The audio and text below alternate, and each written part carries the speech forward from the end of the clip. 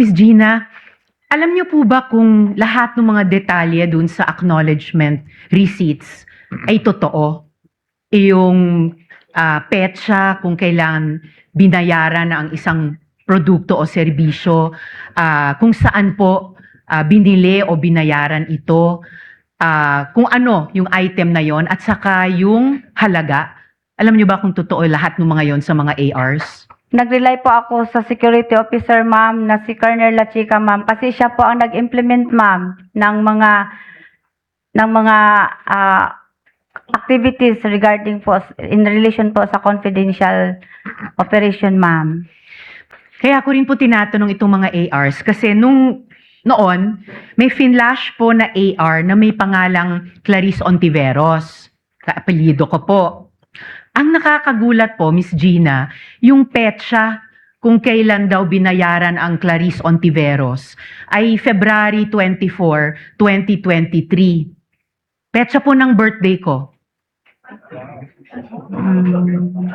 Napakalaking coincidence po. May reaction o comment po ba kayo sa ganong pambihirang detalye ng petsa?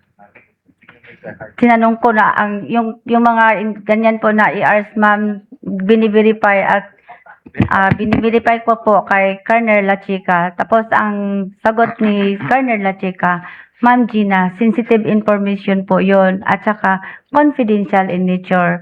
At saka din siya naman po, ma'am, ang may alam. Siya po ang nag-implement po ng mga activities na in relation po sa confidential fund. At siya po ang itinalaga ni Vice President Sara Duterte na security officer po. So tinanong at verify nyo ito na yung petsa nung AR kay Clarice Ontiveros ay birthday ko. Napansin nyo rin pala po na wow, parehong birthday dun sa isang Ontiveros. Hindi ko po alam na birthday po yun, ma'am. Sabi nyo kasi tinanong nyo at verify nyo kay Colonel La Chica. Tinanong ko lang po yung, kasi may iba pong ERs doon, ma'am, na wala pong firma, meron pong name. Ang iba po, walang date. Ang iba po, hindi po mabasa masyado ang pangalan, ma'am. Pero itong isang petsa, basang-basa. Anyway, ang pinaka-importante kong pangutana sa inyo, Miss Gina, no? May nagsasabi na dahil kayo ang SDO, kayo ang payee ng cash advance, kayo lang dapat ang accountable sa confidential funds na ito. Tinatanggap niyo po ba iyon? Yes po, kay bilang SDO po, ako po ang accountable officer, ma'am. So, kung wala pong alam si Colonel La Chica, kung wala pong alam si VP Sara Duterte sa paggamit nito, kung hindi ma-explain kung saan napunta ang pera, kayo lang ang mananagot. Tama po ba yun?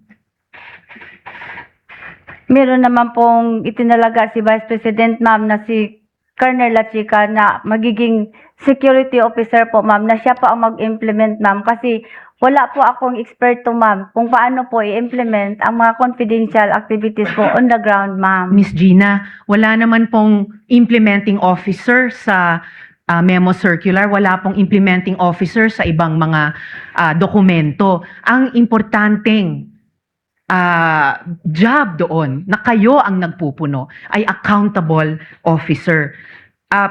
So, okay lang po ba yon na kung may mapatunayang ibang nagkasala, kayo ang mapaparusahan para doon?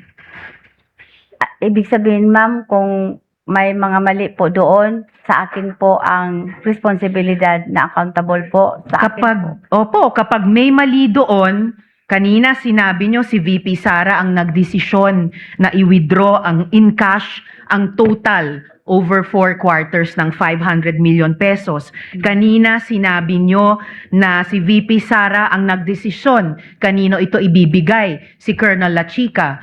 Kung mapatunayan na mali yung mga ginawang iyon ni VP Sara, okay lang ba sa inyo na kayo ang mapaparusahan sa desisyon ng iba? Kasi ako po ang accountable officer, ma'am. So okay lang po sa inyo, kayo po ang sasalo ng sisi ng iba.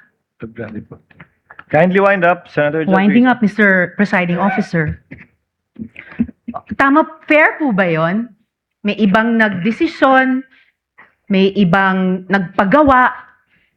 Kaya lang kayo yung nakalagay dun sa blanco na accountable officer, kahit hindi kayo ang nagdesisyon sa pag-encash, hindi kayo ang nagdesisyon sa ibibigay kay Colonel La Chica. Fair ba yon? Kayo po ang mapaparusahan. Alam ko po, ma'am, na alam po ni Ma'am Vice President Sara Duterte ang ginagawa niya. I hope po alam niya ang ginagawa niya. And I hope po maging fair ang kinalabasan nitong lahat ng proseso sa inyo. Salamat kaayo, Miss Gina. Salamat, Maraming ma'am. salamat po, Mr. Presiding Officer.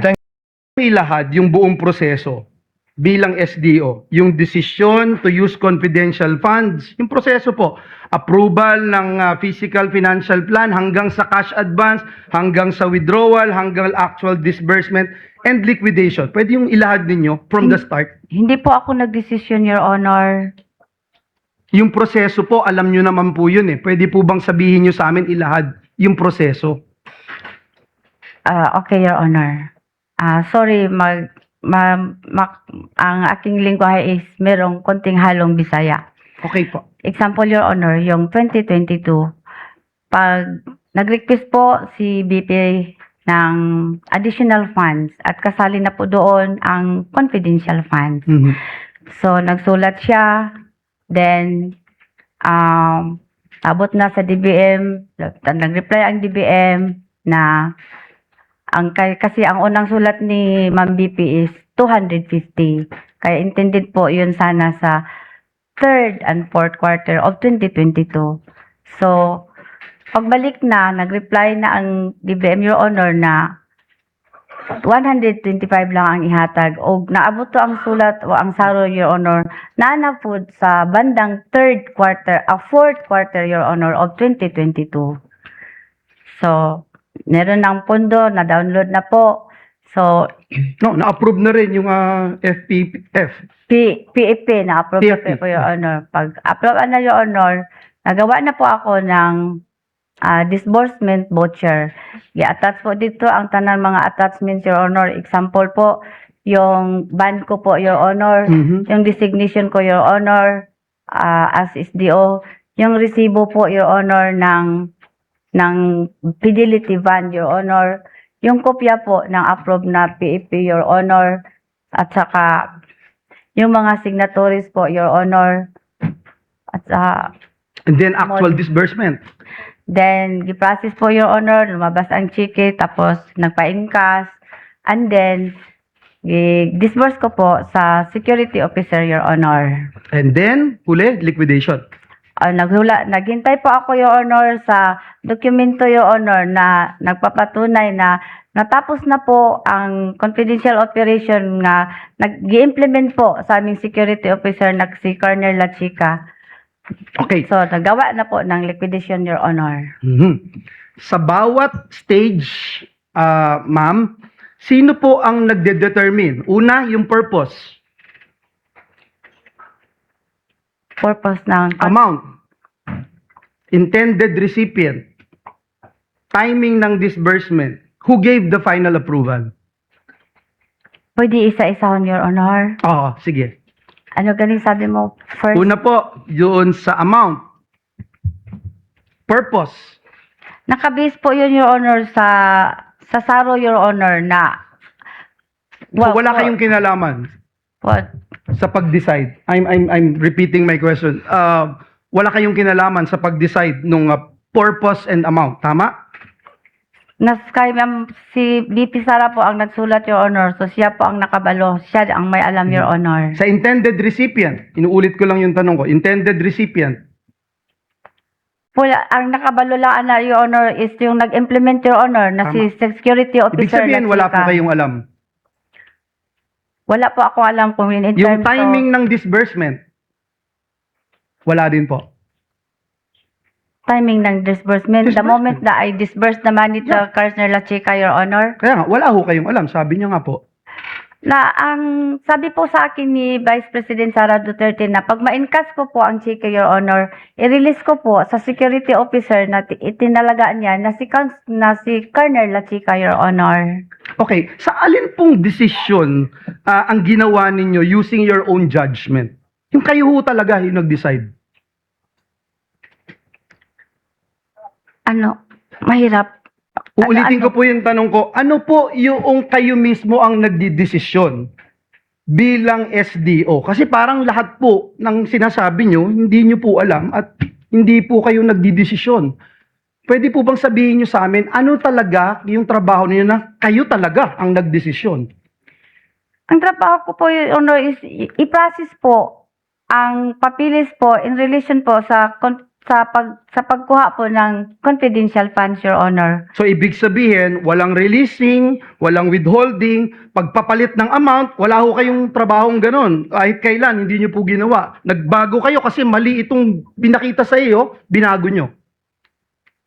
Hindi ko ma-relate ang sinabi mo, Your Honor. I'm sorry. Ulitin ko po ulit, wala po kayong ginagawa na pagbabago base doon sa inyong nakikita o ibinibigay sa inyong papeles. Wala ho kayo kailanman na binabago. Uy, teka lang, nagkaroon na ng AOM, magbabago na ako kasi meron ng COA report.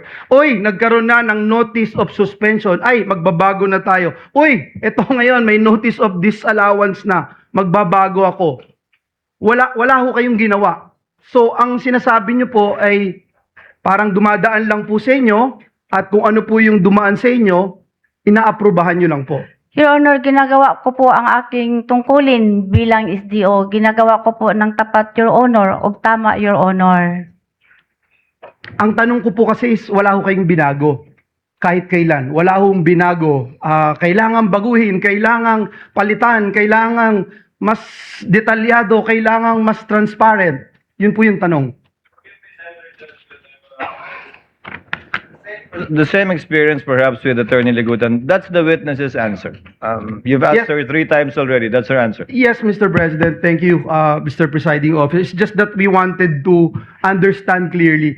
Ito po kasi, kaya siguro ho, ganito yung sagot ninyo dahil nung nasa Davao po kayo na SDO, ganito po yung ginagawa nyo at wala naman pong nagiging problema.